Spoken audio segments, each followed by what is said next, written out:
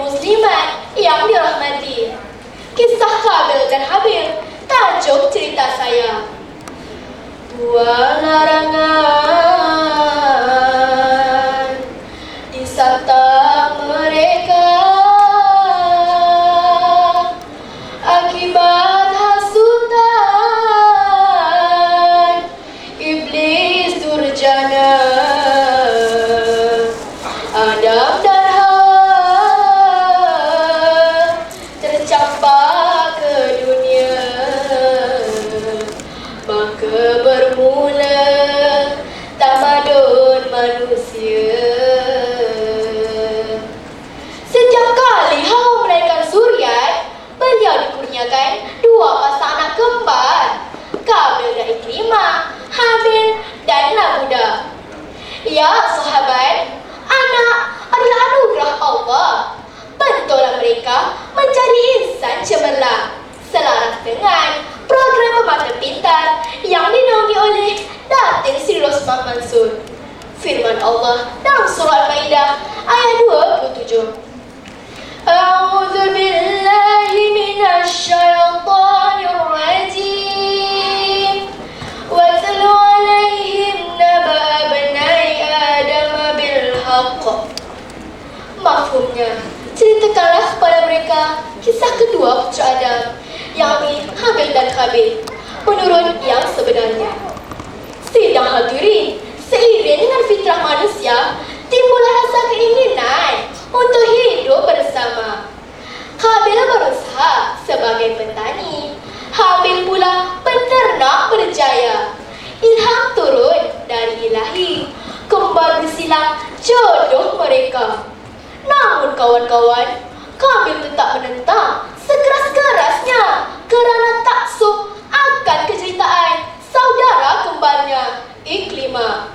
Sidang hadirin, perkahwinan yang tidak direstui ayah dan bonda tidak akan bahagia, seperti kes kahwin lari ke Lombok. Allah juga telah berfirman dalam surah Nisa ayat 3. A'udzu billahi minasy syaithanir rajim.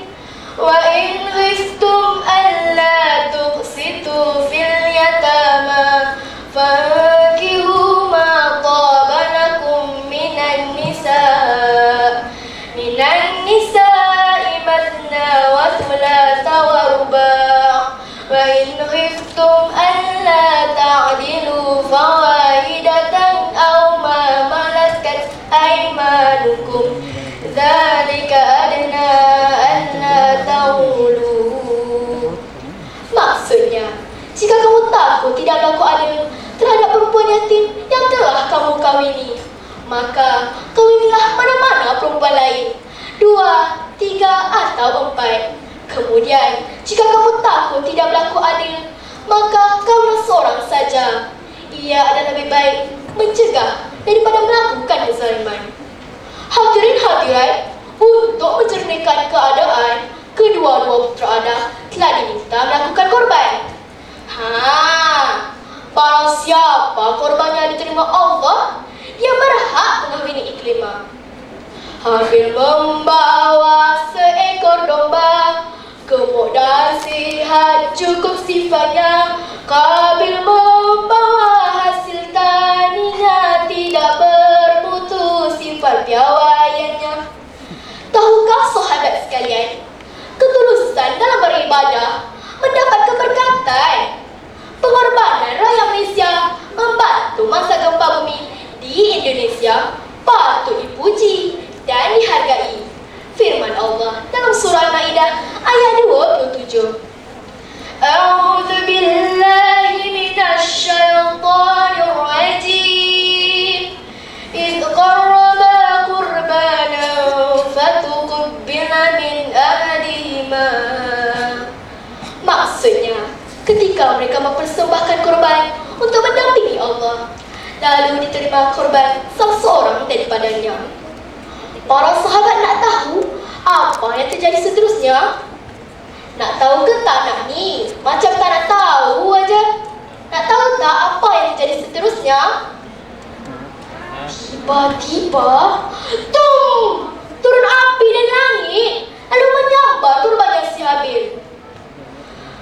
Korban Habil pilihan Allah. Kabil berdendam akibat marah. Habil terbunuh cedera parah. Pembunuhan pertama menjadi sejarah. Ya sahabat sekalian, perbalahan akan membawa kemusnahan dan kerugian kepada diri dan negara. Perang Israel dan Palestin yang tiada kesudahan sehingga kini. Firman Allah dalam surah Al-Maidah ayat 30. A'udzu billahi minasy syaithanir rajim.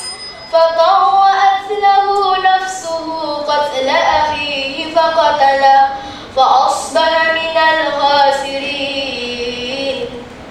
Maksudnya, maka nafsu Kabil mendorongnya sehingga dia tergamak membunuh saudaranya sendiri. Maka jadilah ia dari orang-orang rugi.